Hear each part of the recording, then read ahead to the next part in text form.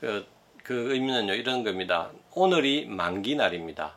그러니까 선물을 매도한 사람, 석유 선물을 매도한 사람은 내일 이제 선물을 그 1배럴을 갖다가 매수자에게 실물 인수도 해야 됩니다. 물건을 실제 줘야 됩니다. 1배럴이라면 158리터. 크진 엄청난 리터죠. 우리 2리터만 해도 무거운 건데요. 158리터라는 것을 저장할 장소가 없습니다. 그러니까 저장하려면 보관 비용이 너무 많이 들겠죠. 그런데 현재 전 세계 석유 수요가 없습니다. 경기 침체로 인해서. 그런데 이걸 보관해봤자 보관 비용만 들겠죠. 그러니까 안 받을 테니까, 석유 안 받을 테니까 38달러 줄게. 그리고 석유 안 받을게라는 가격이 형성된 게 마이너스 38달러 마이너스가 된 겁니다. 현재 오늘 선물은, 오늘 만기날인데요. 오늘 선물은 물값도 안 되는 1달러입니다. 1배럴이 지금 1달러에 거래되고 있습니다. 오늘 만기날인데. 어제는 마이너스까지 갔어요. 그런 말은 어제 모든 사람들이 선물을 매도를 했다는 얘기죠. 매수자가 아무도 없었다는 얘기입니다. 그래서 마이너스 가격이 떨어졌는데 오늘은 만기날은 1달러입니다. 물값보다 못한 겁니다. 혹시 집에 큰 창고가 있다든지 그러면 사시면 되겠죠. 선물시장에서 매수하고 오늘 선물 1배를 받을 수도 있겠죠. 근데 미국입니다. 미국 뉴욕입니다.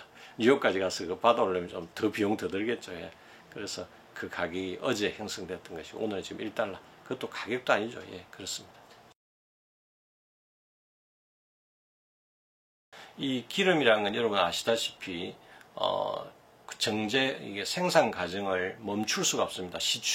원유를 추출한 과정을 멈출 수가 없습니다. 기계를 멈추어 놨다는 기계가 다 망가집니다.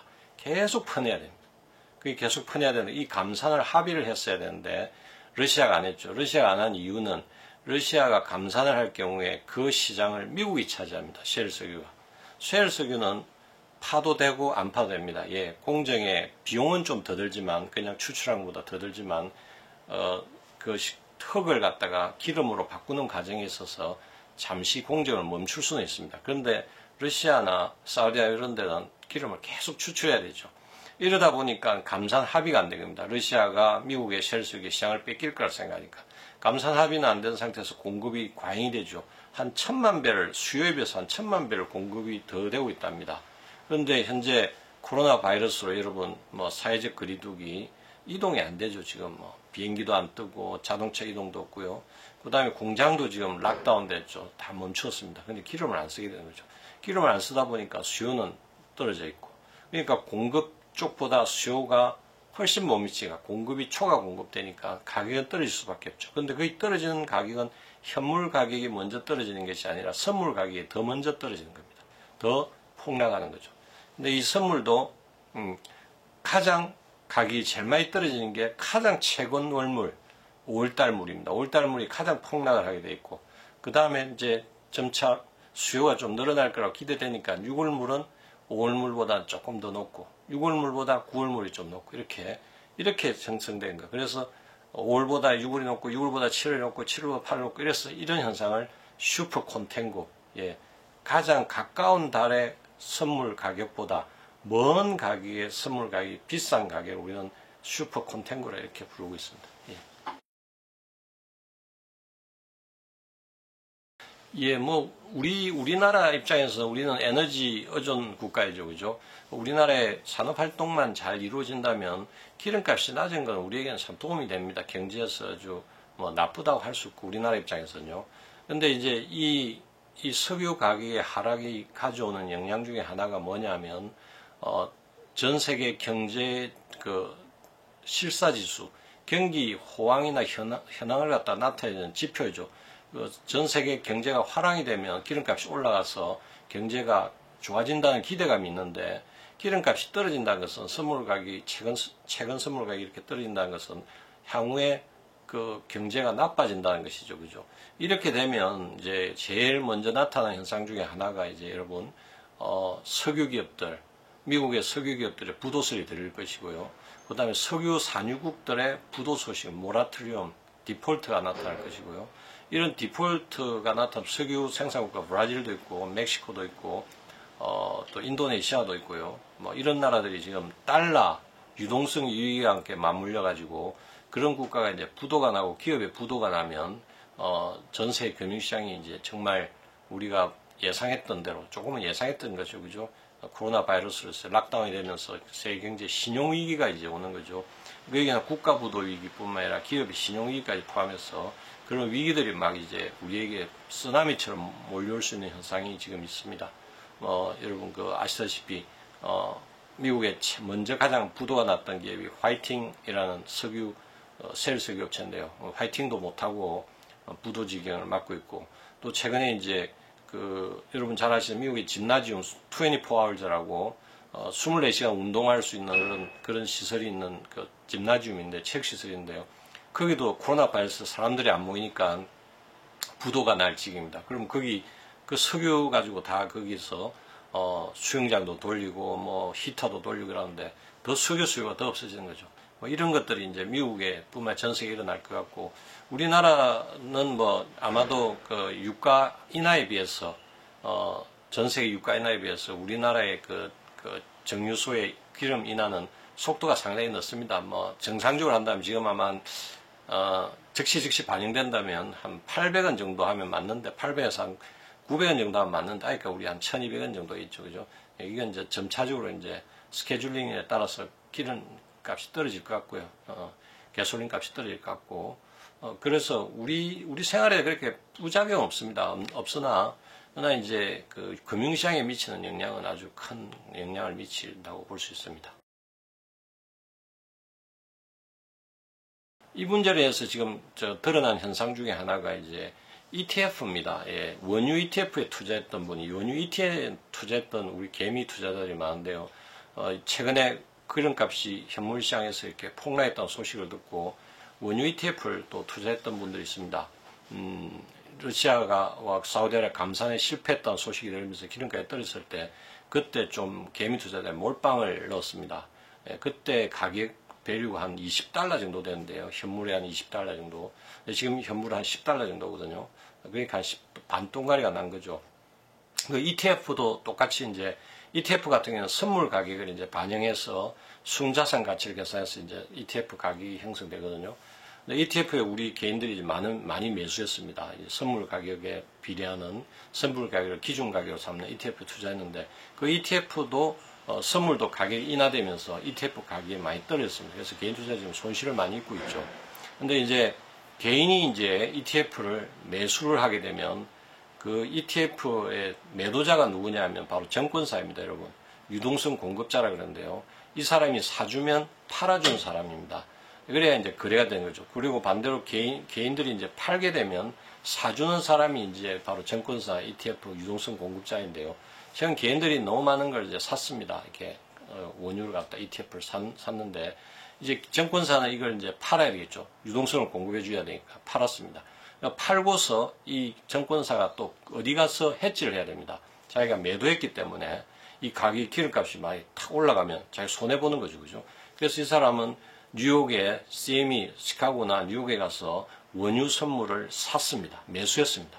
근데 한번 보십시오. 지금 원유 선물이 어떻게 됐다고요? 어제 마이너스가 됐죠. 그러면 이 지금 증권사들이 얼마나 손해가 났겠어요. 원유 선물을 매수를 했는데 뉴욕 시장에서는 선물이 폭락을 했으니까. 예, 이게 지금 큰 사건이 터진 겁니다, 사실은. 그런데 몇 개의 ETF가 있습니다. 코덱스, 킨덱스, 그 다음에 타이거, 이 증권회사마다 다릅니다. 제가 개별 증권회사 말하지 않겠습니다. 헤징을 하기 위해서 뉴욕 선물 시장에서 원유 선물을 매수를 했는데요. 지금 원유 선물 가격이 어떻게 됐다고요? 떨어졌다 그랬죠. 이 떨어졌으니까 손실을 많이 입게 된 겁니다. 그럼 이제 마진, 증거금을 더 넣으라고 연락을 합니다. 내가 팔았던 가격보다, 샀던 가격보다 이제 가격이 더 떨어지면 손실이 나니까, 선물을 해서 손실이 나니까 증거금을 더 넣으라고 전화가 옵니다. 그걸 마진 콜이라는데 아침에 새벽에 전화 옵니다. 돈 넣으세요, 이렇게. 그럼 그 증권사가 돈을 내야 됩니다. 돈 엄청 내야 되죠. 이런 거로 인해서 증권사가 엄청난 손실을 입을 수가 있습니다. 그래서 최근에 증권사, 모 증권사는 청산을 해버렸습니다. 그냥 해칭 안 하고 그냥 못하겠다. 그리고 뉴욕 시장에서 원유 선물을 안 사버렸습니다. 그냥 놔두고 이렇게 매도만 해주고 안 사버린 거죠. 잘한 겁니다. 어떻게 보면 잘했고요. 또 어떤 회사는 최근 5월물이 너무 가격이 폭락하니까 그거 하지 말자. 그거 원유 선물 사지 말고 5월물 사지 말고 6월물 사자. 그러면 가격이 그렇게 안 떨어지겠죠. 그죠? 또는 12월물 사자.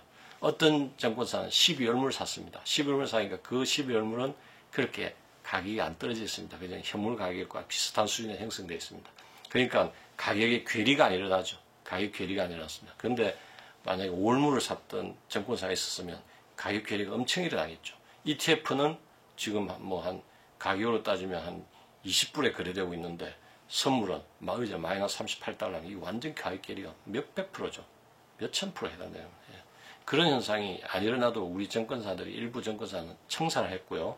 일부 정권사는 6월물을 가지고 매수를 했고요. 어떤 정권사 12월물 가지고 매수를 했습니다. 그래서 어느 정도 가격 괴리를 갖다가 맞추긴 했으나 개인 투자자들이 지금 주로 원유 ETF에 매수 배팅을 하고 있어가지고 이것이 선물 가격이 조금씩 올라주지 않으면 현물에서 바닥을 다지고 선물 가격이 올라주지 않으면 계속 5월달에 이렇게 끝났는데요. 5월달은 지금 상당히 지금 오늘 시장에서 어느 정권사라고 말을 쓰면 안 되겠습니다. 그 ETF는 지금 마이너스 한 10% 정도 빠지고 있고요. 12월물을 가지고 해칭을 한 정권사는 오늘 지금 한 마이너스 한 3% 정도 빠지고 있습니다. 하여튼.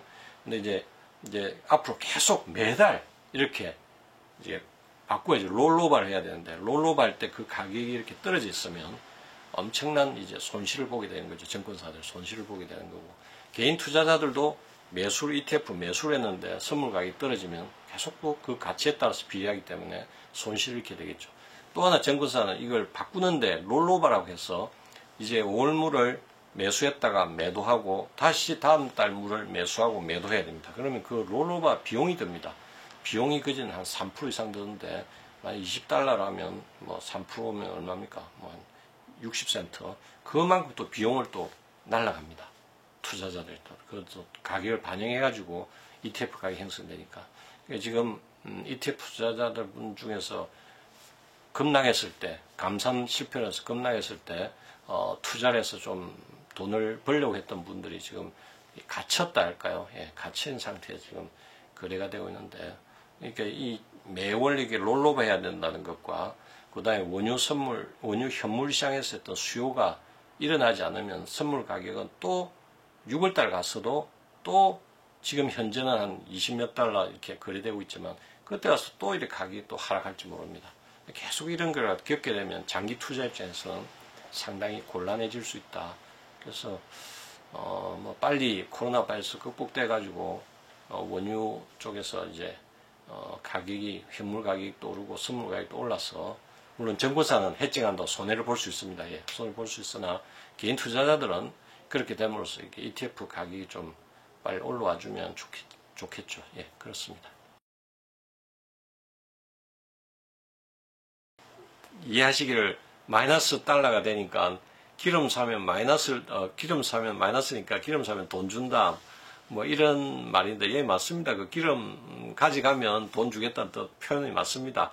이게 무슨 말이냐니까 너 기름 가서 보관해라 1배럴 158리터를 보관해라 그러면 내가 보관비 38달러 주겠다는 뜻입니다.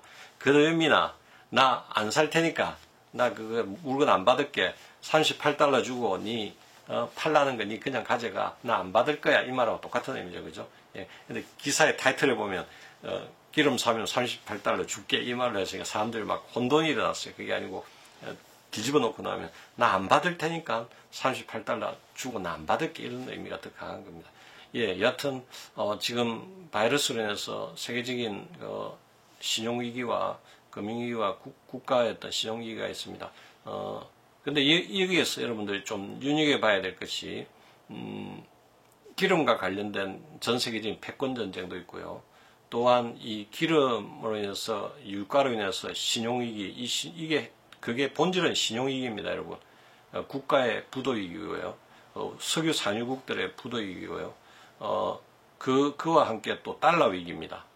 이게 이제 그 생산이 안 되는 국가 중에 러시아 같은 국가, 브라질 같은 국가 이런 게는 그 기름을 팔아서 또 살아가야 되는데 이 기름이 안 팔린다는 얘기는 사우디아라비아 이런 나라들이 결국은 이제 달러가 비축되지 않은 나라는 달러 위기가 오는 거죠.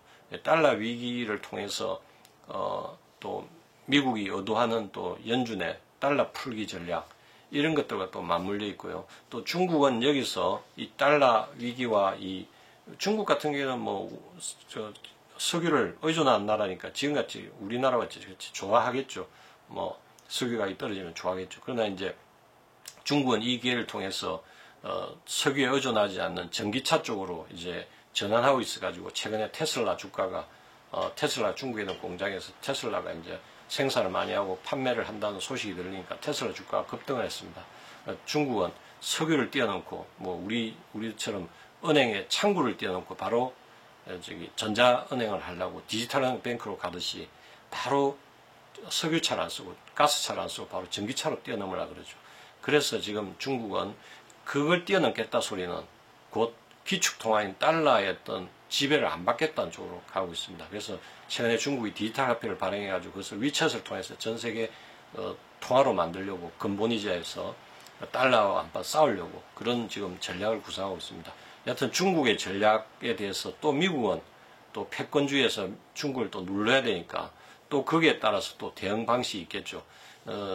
그런데 거기에 그 고리가 누구냐 하면 제가 생각하건데 최근에 중국이 1대1로 사업을 통해서 중국이 돈을 빌려줬던 나라들 그런 나라들에 대해서 위기가 올 때 위기가 오고 국가에 위기가 오면 미국이 또 손을 내밀어서 또 그 나라들로부터 지원함으로써 또 이게 그것을 미국 쪽으로 돌리려는 그런 패권 전략이 또 숨어 있습니다. 달러와 얽힌 또 국가 간의 패권 전략 그리고 원유와 관련된 패권 전략 이런 것 속에서 지금 이 문제가 복잡해지고 있는데요. 여러분 중요한 건 이겁니다. 그들은 그들이고 그들만의 리그 하라 그러시고요. 우리는 시장에 쿵쿵거리는 소리가 들릴 때마다 투기적인 거래하지 마시고 시장에 쿵쿵거리는 소리가 들릴 때마다 미래를 보시고 포스트 코로나 시대에 대비해서 그런 투자 자산 배분을 하시면 됩니다.